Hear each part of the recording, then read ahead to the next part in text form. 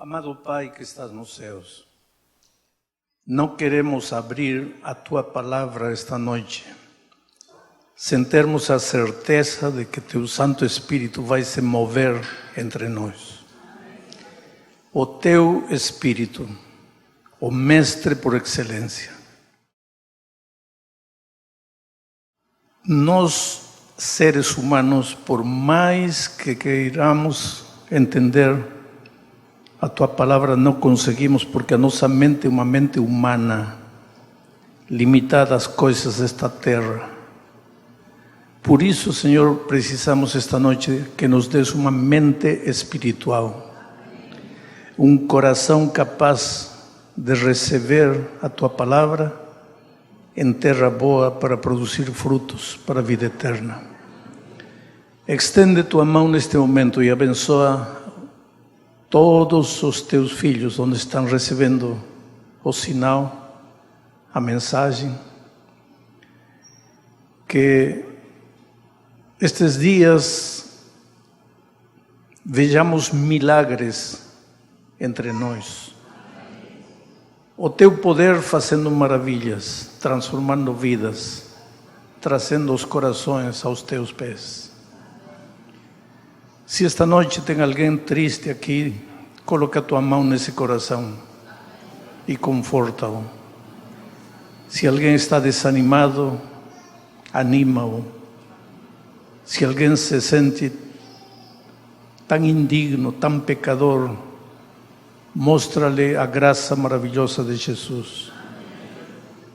Mas não permitas que ninguém volte para casa do jeito que veio. Que todos levem esperança em seu coração. Obrigado, Pai. Obrigado pela promessa do Espírito. Obrigado pela Tua Palavra aberta agora, em nome de Jesus. Amém. Meus amados, é muito, muito bom estar com vocês esta noite aqui. E quando digo meus amados, não estou falando somente de vocês aqui, mas de você lá em qualquer canto do Brasil, do norte ao sul, do centro ao centro-oeste, enfim. Eu tenho uma saudade tremenda em meu coração por este povo lindo. Embora eu tecnicamente moro no Brasil, eu quase nunca estou neste país. Muita gente pergunta, onde anda o pastor Bulhão? Pois eu trabalhei muitos anos neste país. Hoje, eu não parei, embora há 10 anos estou aposentado, continuo pregando literalmente nos 5 continentes deste planeta, levando o Evangelho para pessoas de diferentes culturas, de diferentes nações, de diferentes línguas. E Deus tem feito maravilhas, começando pelo fato de sentir-me bem, sentir-me forte, sentir-me com ânimo para continuar pregando a palavra de Deus. Tem muita gente que me pergunta, pastor, e quando vai parar? Eu acho que vou parar com a morte. Enquanto eu estiver vivo, vou continuar pregando a palavra de Deus como sempre tenho pregado. Esta noite vamos a começar de uma maneira interessante, com um ato de rendição. Paulo vai se rendir, vai se entregar. Eu vou pedir que as filhas de Paulo venham aqui. Onde estão as filhas de Paulo? Estão por aí? Venham aqui. Eu quero que fiquem aqui perto do tanque batismal. Paulo vai ser batizado. Paulo é a típica pessoa que não pode se dizer foi um drogadito, foi um perdido, foi um acabado, tirado na vida, nada disso. Paulo é o típico bom cidadão, bom pai. O típico homem que poderia pensar, eu não tenho de que me arrepender, eu não sou mau. Só que Paulo, durante anos, viveu carregando no seu coração um vazio. Um vazio. Tem muita gente que carrega esse vazio, sabe? Pergunta, pastor, não sei o que acontece comigo, que eu chego à noite, deito, quero dormir e não consigo, não tenho paz, falta algo. E essas pessoas têm dinheiro, têm poder, têm fama, têm casa, têm carro, têm tudo. E por isso não conseguem identificar o que está faltando. Tenho tudo, mas está faltando. Esse vazio de Paulo hoje chegou no fim. Porque Paulo relutou para se entregar a Jesus, mas finalmente esta é sua noite de rendição. Sabe que tem muita gente que não entende o que é o batismo. Outro dia encontrei uma senhora que disse para mim, pastor, eu não quero me batizar. Eu aceito a palavra de Deus, eu aceito as verdades bíblicas, eu concordo com tudo, mas eu não quero me batizar. E falei, por quê? E ela diz, porque eu não quero mudar de religião. Quando minha mãe estava para morrer, me chamou e disse, filha, me promete que você nunca vai trair a religião dos seus pais, dos seus avós. E eu prometi. Então eu não quero mudar de religião. Esta senhora pensa que o batismo é para mudar de religião. E tem muita gente que acha isso. Que ao se batizar, está mudando de religião. A vida cristã não é desse jeito. A vida cristã não é como o futebol. Eu sou torcedor do Corinthians. Agora me tiro a camiseta do Corinthians e coloco a camiseta do Flamengo. Agora sou torcedor do Flamengo. A vida cristã não é. Eu fui adventista, agora sou presbiteriano. Eu fui batista, agora sou da Assembleia de Deus. Não. A vida cristã é uma coisa mais sublime, mais pura, mais sagrada do que tudo isso. O que é a vida cristã? Vou te contar uma história. Eu conheci um homem mau. Recebia às sextas-feiras o seu salário e, em lugar de chegar em casa, a esposa cuidando de 3 filhos pequeninos, não podia trabalhar fora, cuidando da família. Ele chegava em casa, em lugar de chegar trazendo dinheiro para fazer a feira, comprar comida para casa. Ele, sexta-feira, recebia o salário, não aparecia sexta-feira à noite, não aparecia sábado o dia todo, só aparecia em casa no domingo a meio-dia. Torrava todo o dinheiro com mulheres, com bebida, com droga, com amigos. Chegava o domingo, depois do meio-dia, todo envergonhado, sem um centavo no bolso. E para que a esposa não reclamasse, ele já chegava agredindo, batia na mulher, batia nos filhos, de tal maneira que quando ele chegava, já os filhos se escondiam debaixo da cama porque não queriam apanhar do pai. E a coitada da mãe dava cara, e ela apanhava, enfim, um lar completamente destruído. Geladeira vazia, não havia que comer, uma miséria de lar. Até que um dia esse homem se encontrou com a palavra de Deus. Começou a estudar a Bíblia. A família é uma família feliz. O filho mais velho já cresceu, está estudando para ser pastor. A filha já cresceu, está estudando para ser médica. Uma família unida, harmoniosa, feliz. Agora eu pergunto, mudou de religião ou mudou de vida? O batismo não é simples mudança de religião. O batismo é mudança de vida. Por isso, é isso que Paulo entendeu. Porque ele sempre pensou que ia mudar de religião. Não está mudando de religião. Paulo, você está mudando de vida. Hoje à noite, quando você dormir, vai dormir como nunca dormiu antes, com paz. E amanhã vai acordar com vontade de viver. E aqui estão tuas filhas, filhas bonitas.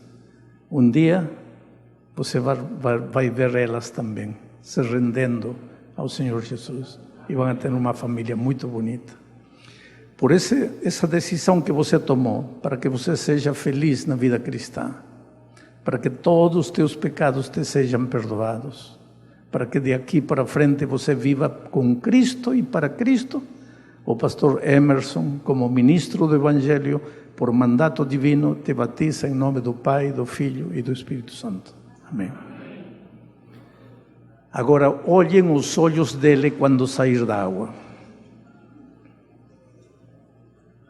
Paulo, olha para eles. Eu não sei se vocês perceberam, mas os olhos do Paulo que entrou eram uns. E o brilho dos olhos dele agora é outro. A minha pergunta é, o que aconteceu embaixo d'água?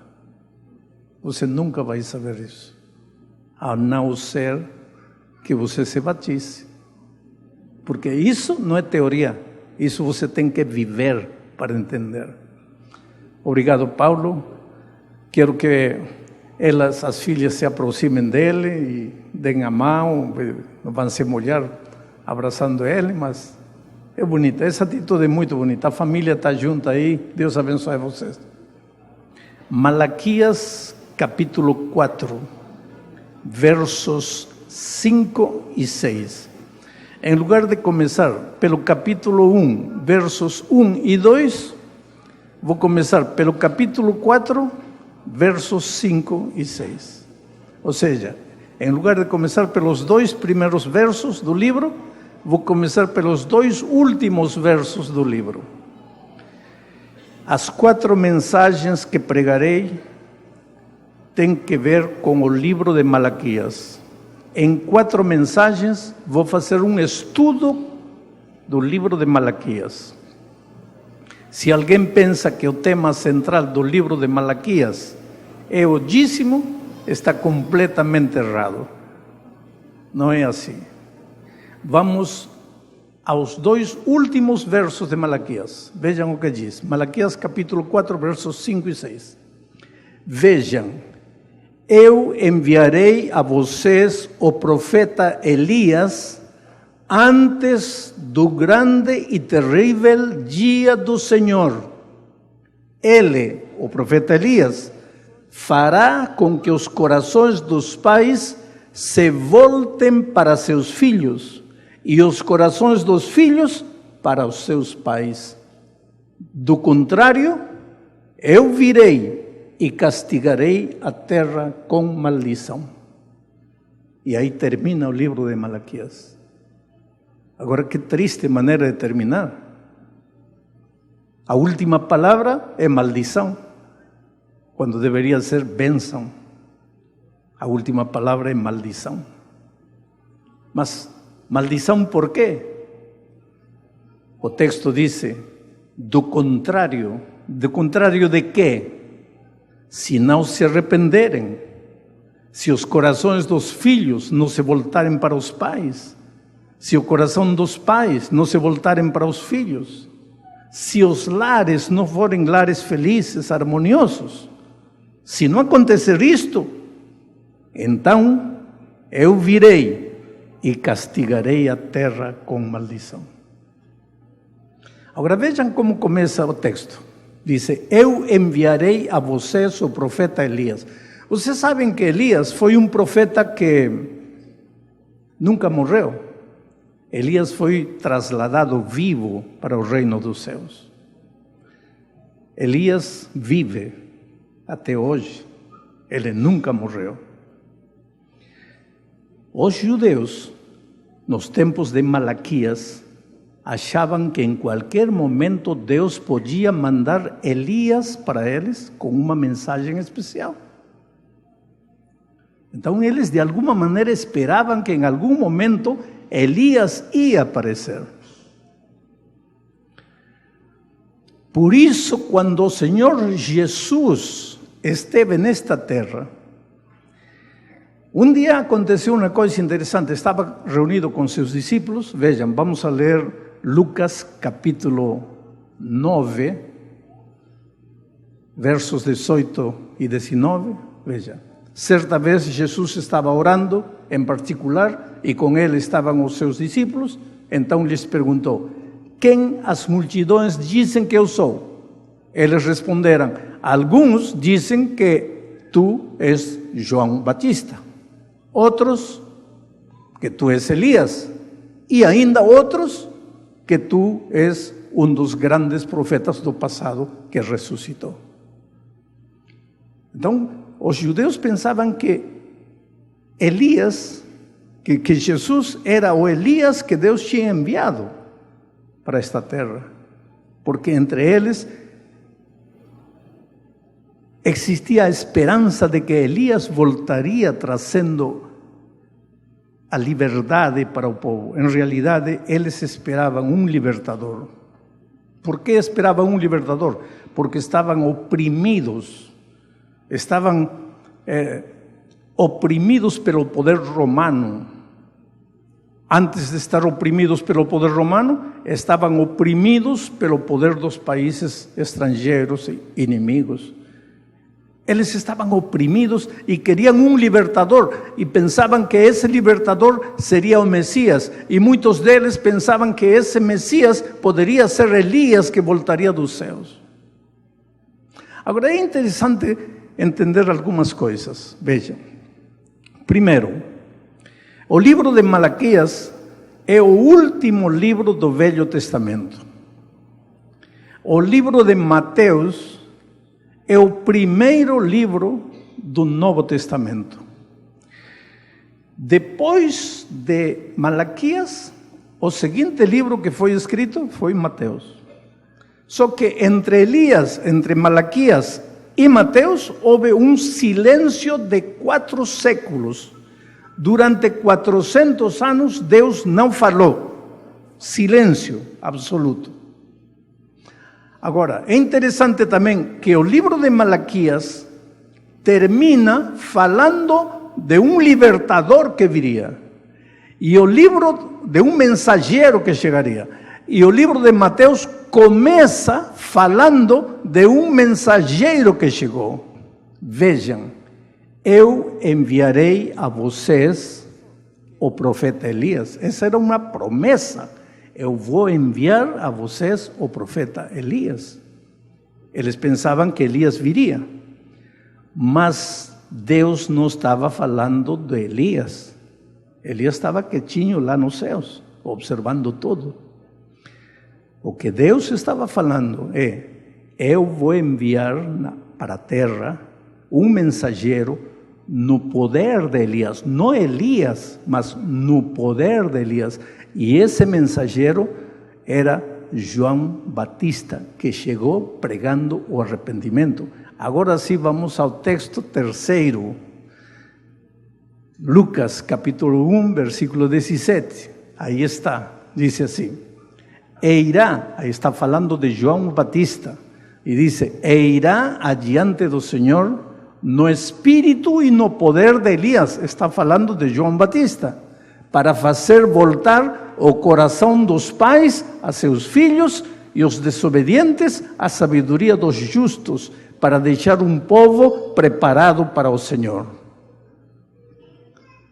Agora, Elias pregava uma mensagem de reforma.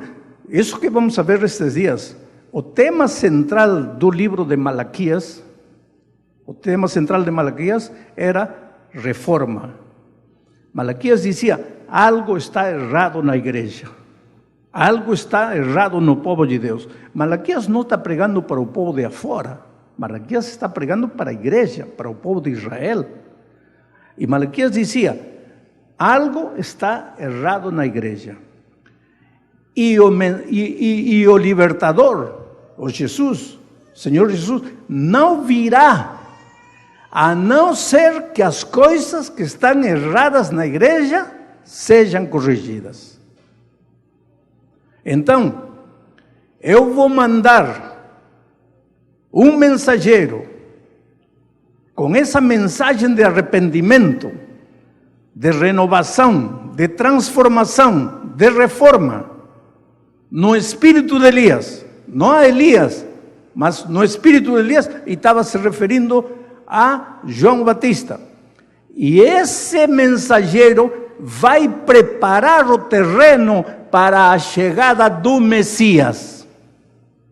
Então, o povo de Israel, nos tempos de Malaquias, e nos 400 anos de silêncio, esperava e orava: Senhor, quando chega o Messias, quando chega o Messias, Senhor, por favor, manda o Messias, manda o Messias. Tudo se referindo à primeira vinda do Messias a esta terra. Agora, esta mensagem de Malaquias é apropriada para nós. Sabes por quê? Porque nós também esperamos o Messias, já não na sua primeira vinda, porque já veio. Nós esperamos o Messias na sua segunda vinda. Nós somos o povo de Israel hoje. Assim como o povo de Israel clamava, esperando o Messias, o Messias, o Messias, e Deus mandou um mensageiro para preparar a igreja para a chegada do primeiro Messias, hoje também Deus, por isso a mensagem de Malaquias serve hoje. Nós temos que revisar a mensagem de Malaquias para preparar a igreja para receber o Messias na sua segunda vinda. Agora, Jesus veio na sua primeira vinda e o povo de Deus não estava preparado. Aos seus veio e os seus não o receberam. A minha pergunta é: hoje nós, como povo de Israel, esperamos a segunda vinda, oramos pela segunda vinda, cantamos a segunda vinda, clamamos pela segunda vinda. O povo de Israel esperava, cantava e clamava pela primeira vinda. Jesus chegou, ninguém o recebeu. Nós estamos esperando a segunda vinda. Estamos preparados para recebê-lo? E então vem o texto de Malaquias e diz: o problema básico começa com o coração dos membros do meu povo. Começa com as famílias do meu povo. Algo está errado. Por isso, o mensageiro que chegue trará o coração dos pais para os filhos, o coração dos filhos para os pais. Então, quando os lares tenham se acertado, quando os lares vivam em harmonia, haverá harmonia na igreja, harmonia no meu povo, e então eu virei. Essa é a mensagem. Infelizmente, o povo de Israel não recebeu o Senhor Jesus na sua primeira vinda. A minha pergunta, pois, é: e nós receberemos o Senhor Jesus na sua segunda vinda? Agora vamos ao capítulo 1 de Malaquias e vamos realmente começar a mensagem. O capítulo 1, versículos 1, 2 e 3, diz assim: uma advertência, a palavra do Senhor contra Israel, por meio de Malaquias. Eu sempre os amei, diz o Senhor, mas vocês perguntam: de que maneira nos amaste? Não era Esaú, irmão de Jacó, declarou o Senhor. Vamos analisar um pouquinho este texto. Uma advertência, a palavra do Senhor contra Israel por meio de Malaquias. A palavra do Senhor. Queridos, os pastores, os pregadores, precisamos pregar a palavra de Deus. Não podemos pregar o que nós achamos, o que nós pensamos, o que nós cremos. Eu não posso pregar a mensagem que a mim me parece bonita, a mensagem que sei que o povo vai gostar. A responsabilidade dos pregadores é pregar a palavra de Deus. A pregação existe porque existe a palavra de Deus. Se a palavra de Deus não existisse, não existiria pregação. Quando o pregador chega aqui e fala, e lá pela metade do sermão lê um texto bíblico, essa não é palavra de Deus. Palavra de Deus é abrir a palavra e expor a mensagem divina. O pregador tem que ter a humildade suficiente para renunciar às suas ideias e apresentar a palavra de Deus. A palavra de Deus tem poder. Quando não havia céus nem terra, pela palavra de Deus foram criados os céus e a terra. Poder criador. Quando Jesus veio a esta terra, encontrou um paralítico, 38 anos paralítico. Então Jesus emite a sua palavra: levanta-te, toma teu leito e anda. E pelo poder da palavra de Deus, o paralítico começa a andar. Jesus encontra um cadáver, 4 dias cadáver, já cheirava mal. Então vem a palavra de Deus: Lázaro, sal. E pelo poder da palavra de Deus, o morto ressuscita. Esse é o poder da palavra de Deus. Quando você receber a palavra de Deus em seu coração, não importa quanto tempo seu lar parece que está morto, ou está quase apodrecido, o poder da palavra de Deus pode restaurar esse casamento. Não importa quanto tempo teu filho está nas drogas, está perdido, está acabado, pelo poder da palavra de Deus, teu filho pode ser ressuscitado espiritualmente.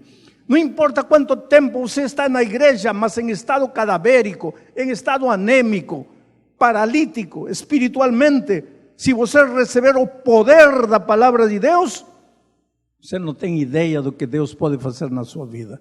Por isso, a missão dos pastores, dos pregadores, é pregarmos a palavra de Deus.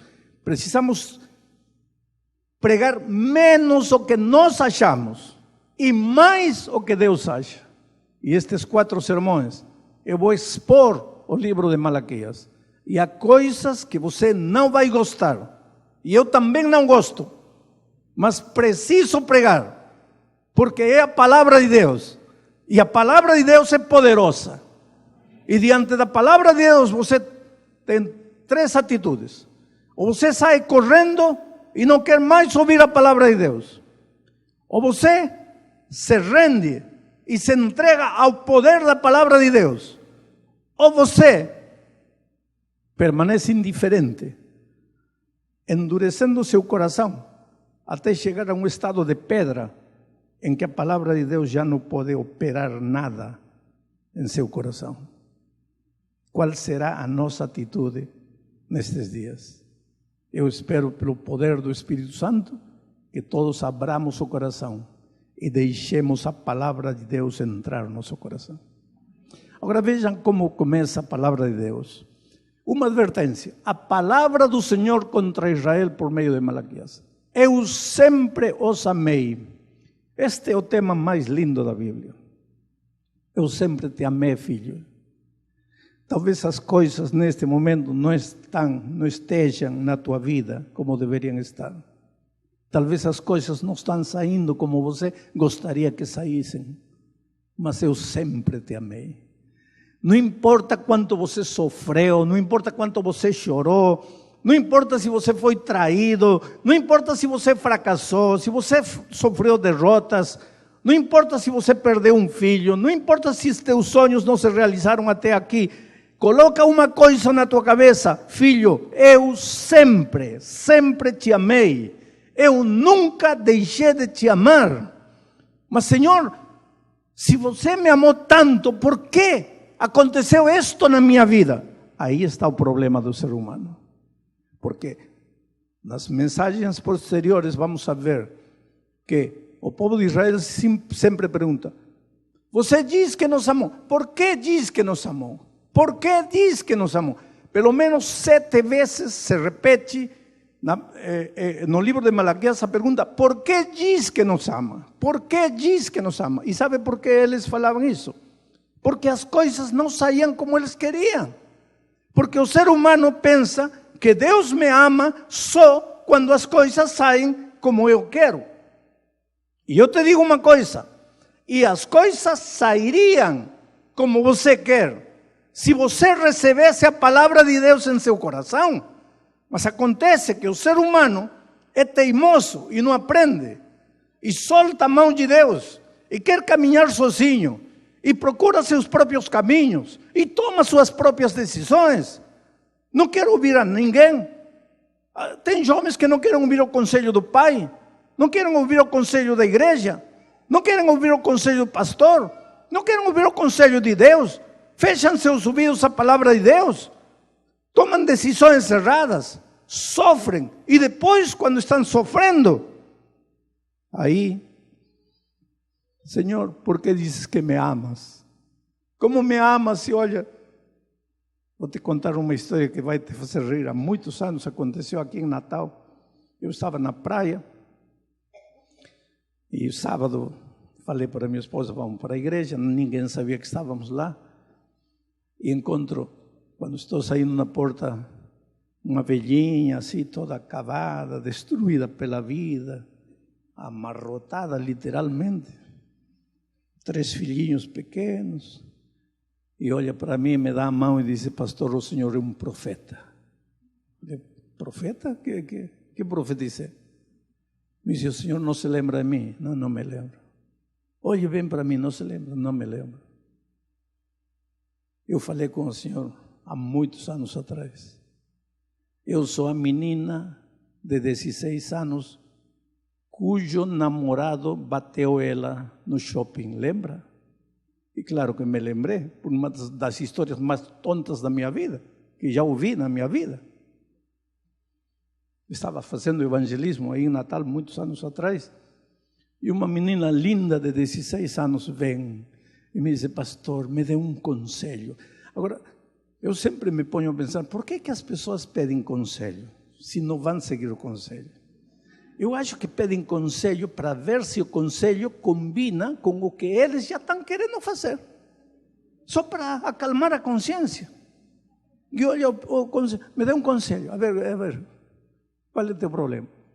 Eu estava esta tarde comprando sapatos no shopping, meu namorado me bateu. O quê? Meu namorado me bateu. E por que te bateu? Porque eu queria comprar um sapato e ele disse, não vai comprar. Falei, por que não? Se o sapato é meu, é para mim, é meu dinheiro, eu vou comprar. Não vai comprar. Sim, mas o sapato é meu, o dinheiro é meu, eu gostei, vou comprar. Compra para ver. Comprei, em plena loja. Me bateu, me deu 3 tapas, uma de ida, outra de volta e para não esquecer uma terceira. Agora ela vem, pastor, me dê um conselho, que faço com este namorado? Pois eu respondi o que vocês estão pensando. Como que já deveria ter acabado esse relacionamento aí no shopping? Não posso, pastor. Por que não pode? Eu amo ele, pastor.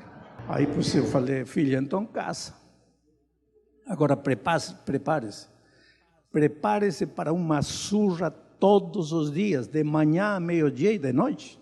Porque se agora, de namorado, na melhor etapa da vida, que todo deveria ser rosa, música, chocolate, bombom, já está batendo você no shopping, imagina o que vai fazer de casado.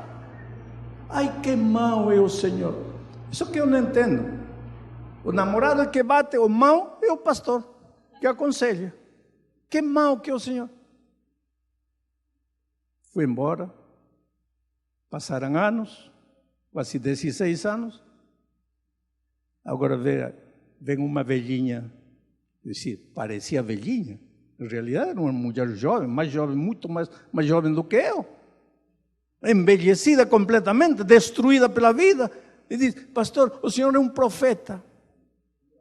Que profetizou? Ele me batia de manhã, de tarde, de noite. E onde está ele? Ah, pastor, não só me batia, me traía com todo quanto era mulher. E agora já foi embora com outro, me deixou com 3 meninos. Agora, o que me impressionou é que ela disse assim, pastor, por que as pessoas casam e são felizes? O que Deus tem contra mim? igualzinho ao povo de Israel. Por que que o povo pergunta a Deus, por que diz que me amas? Eu sempre os amei, disse o Senhor, mas vocês perguntam, de que maneira nos amaste? Por que essa pergunta, de que maneira nos amaste? Por quê? Porque estavam sofrendo. E sabem por que estavam sofrendo? Porque o inimigo tinha vindo, tinha levado eles para o cativeiro. E por que tudo isso? Porque eles se distanciaram de Deus. Porque eles abandonaram a Deus.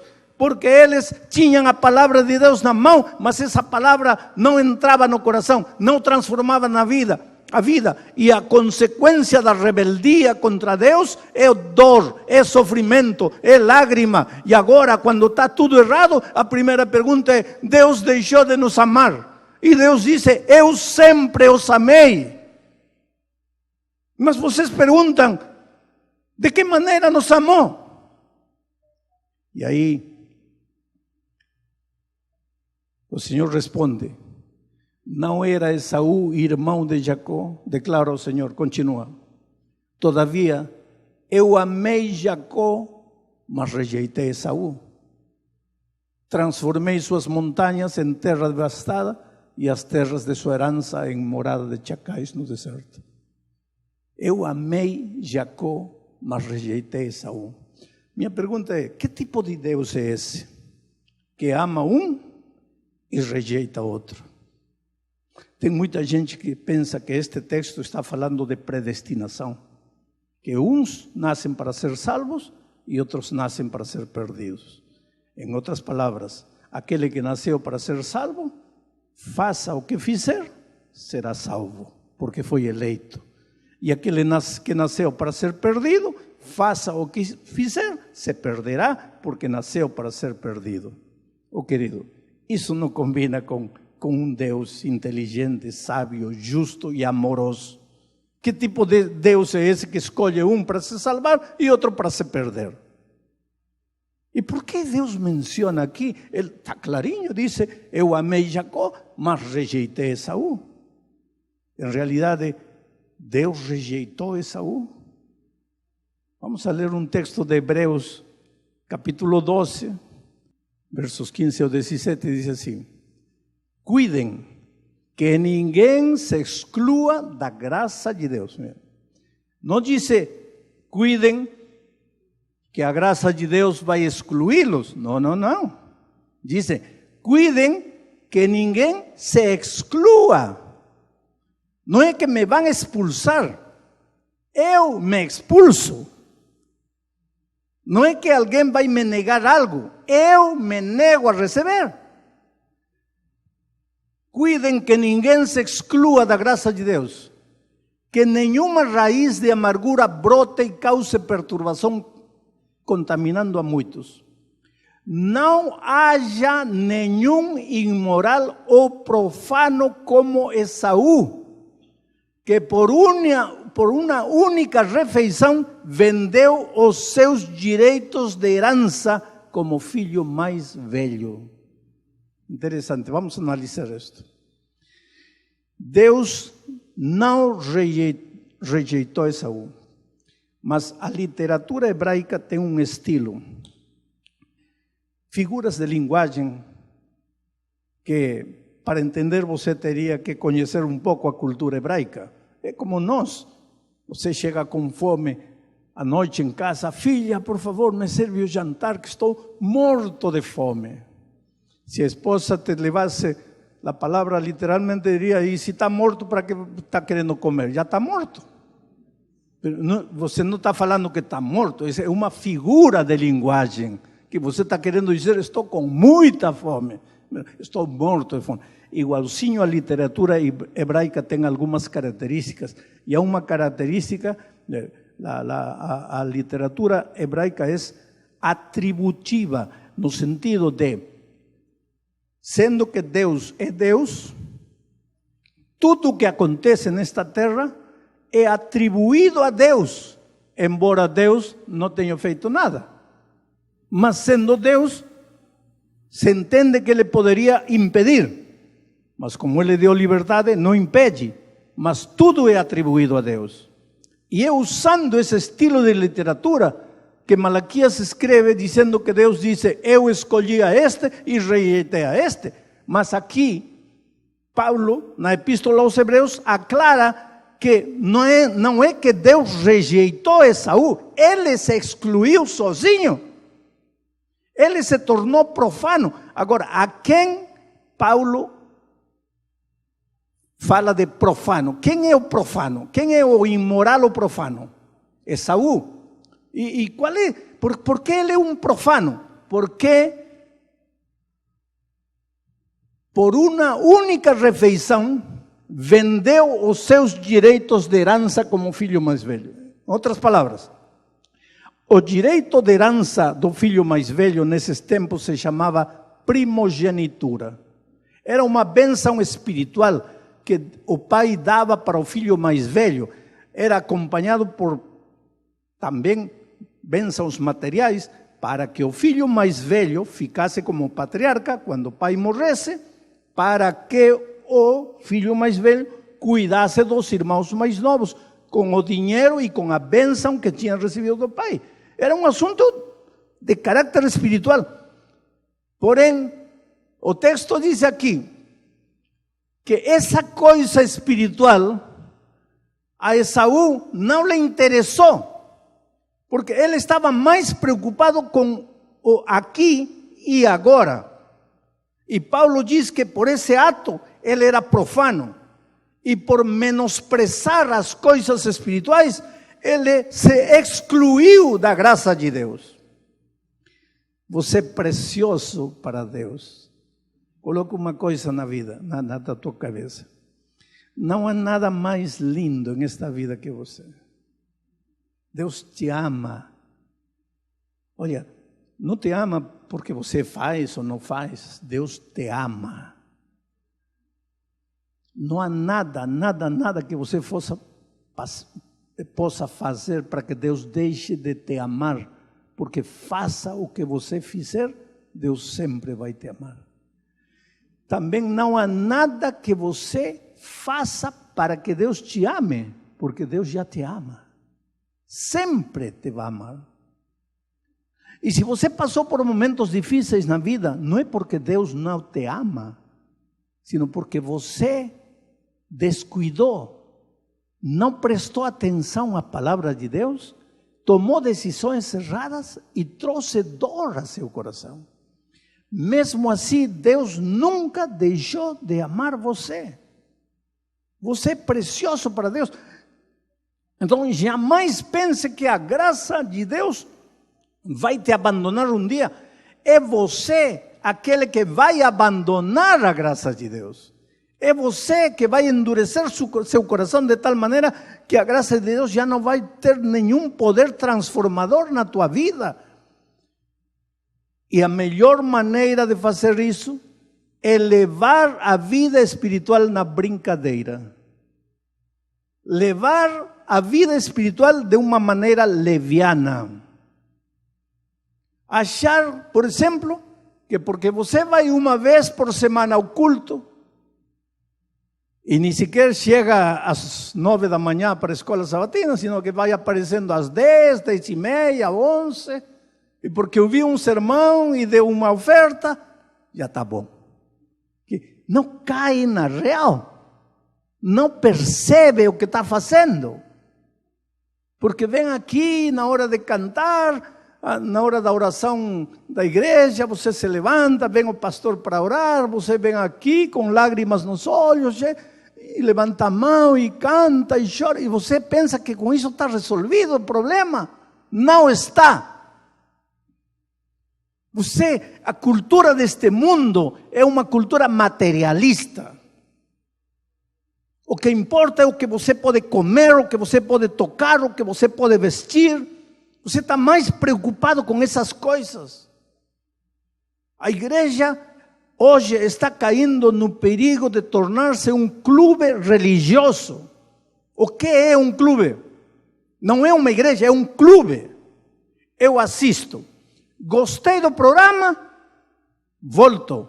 Não gostei do programa, procuro outra igreja.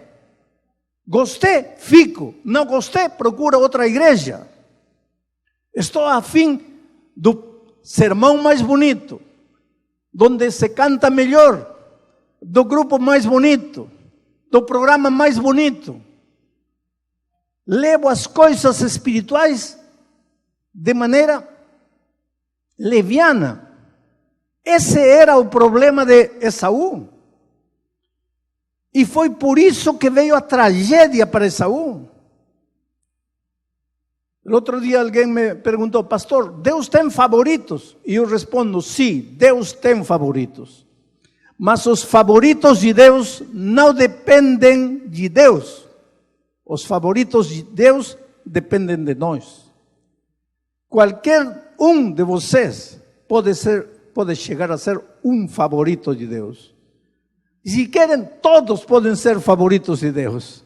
Basta buscá-lo, basta procurá-lo, basta passar tempo com Ele, basta fazer da vida cristã uma vida de oração, uma vida de entrega. Sabem qual é o tema central do livro de Malaquias? É a glória que pertence a Deus, a honra que pertence a Deus, a adoração que pertence a Deus. O ser humano tomou tudo isso para si. Ele vai para a igreja não para adorar a Deus, no fundo, para se adorar a si mesmo, para se agradar a si mesmo. Então, eu gostei, eu não gostei, eu acho, eu não acho, eu acredito, eu não acredito. A minha vida espiritual não está centrada em Deus, está centrada nos meus sentimentos, nos meus gostos. Esse era o problema de Israel antigamente. Por isso, quando o Messias chegou, eles não estavam preparados. Por isso o rejeitaram. Hoje, nós não estamos esperando o Messias na sua primeira vinda. Estamos esperando o Messias na sua segunda vinda. A minha pergunta é: estou preparado?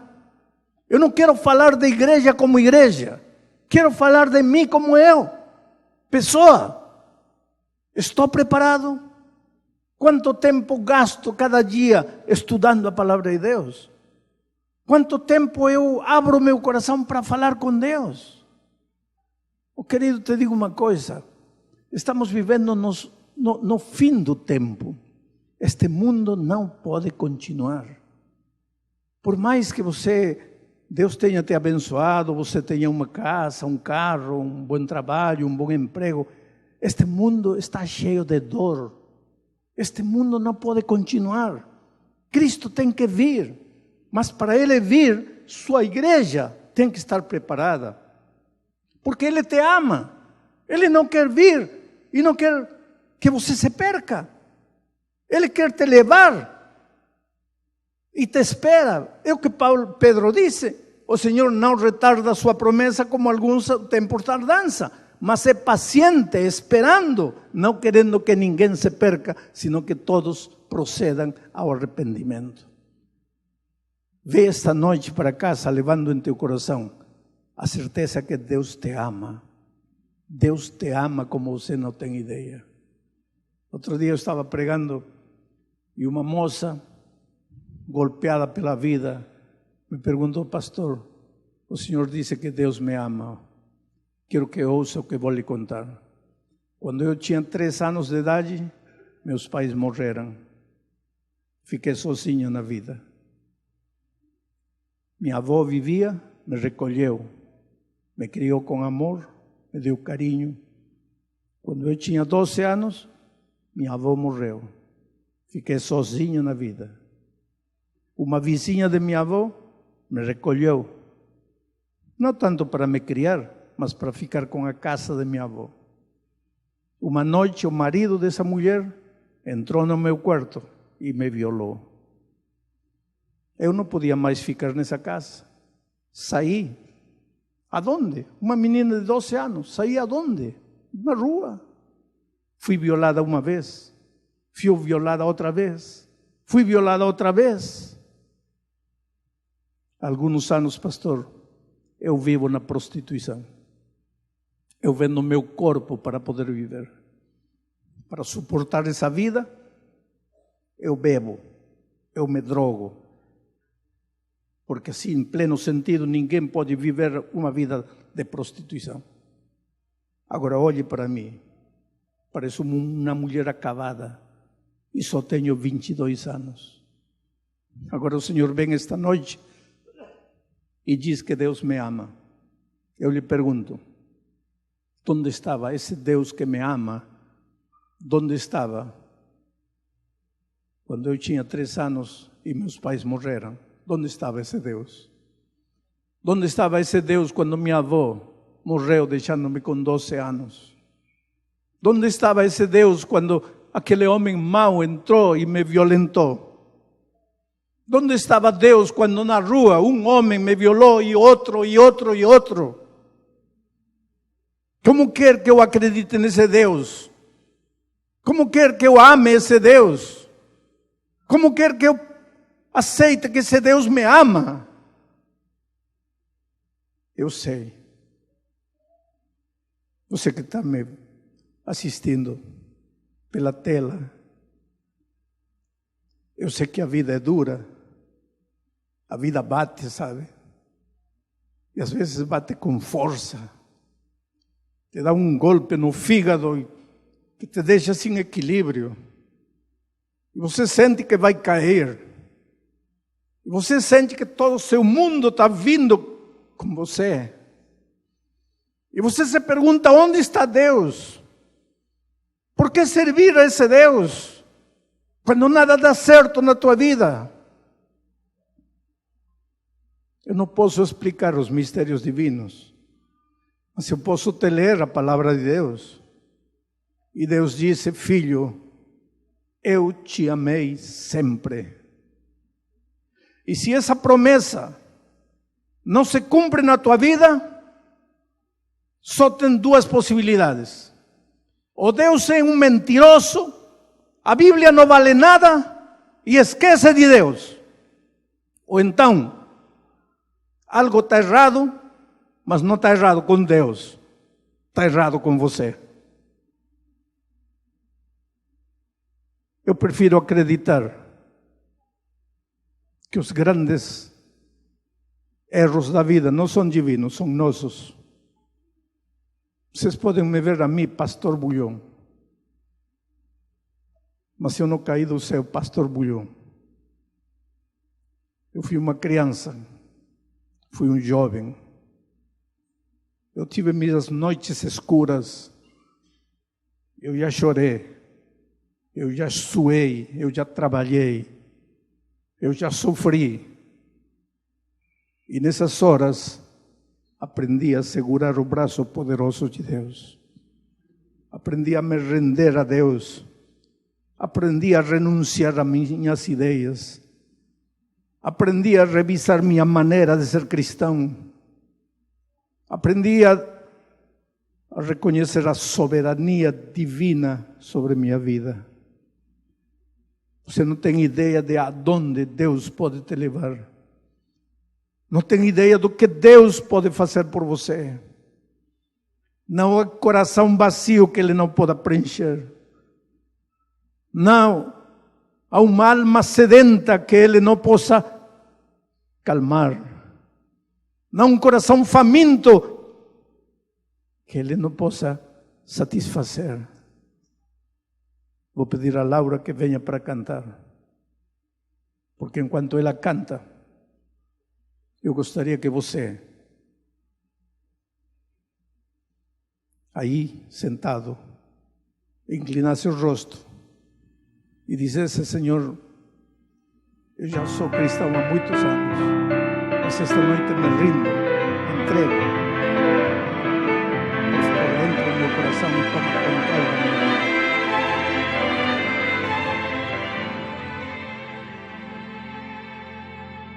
Hoje se ouvis a sua voz, não endureças vosso coração. Essas são palavras do Espírito de Deus.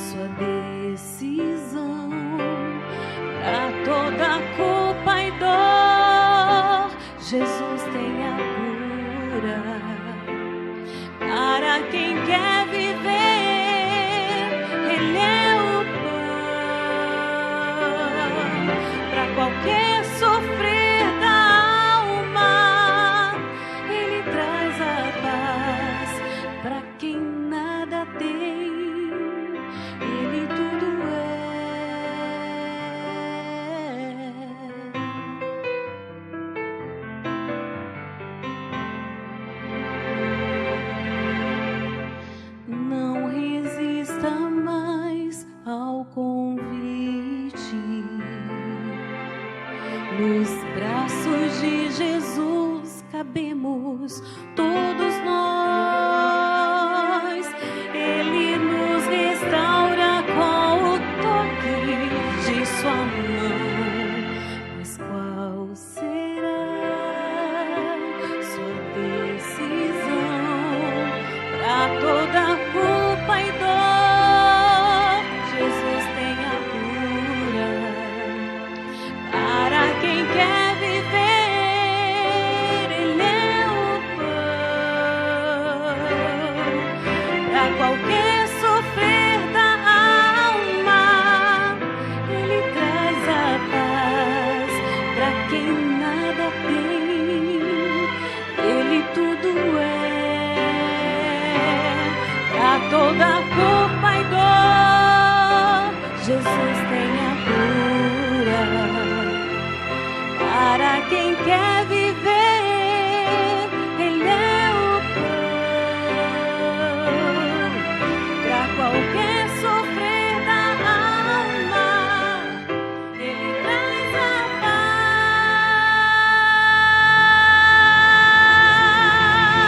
paz. Pra quem nada tem, Jesus Cristo é tudo. Pra quem quer viver, Ele é o pão da vida. Pra quem quer viver, Ele é o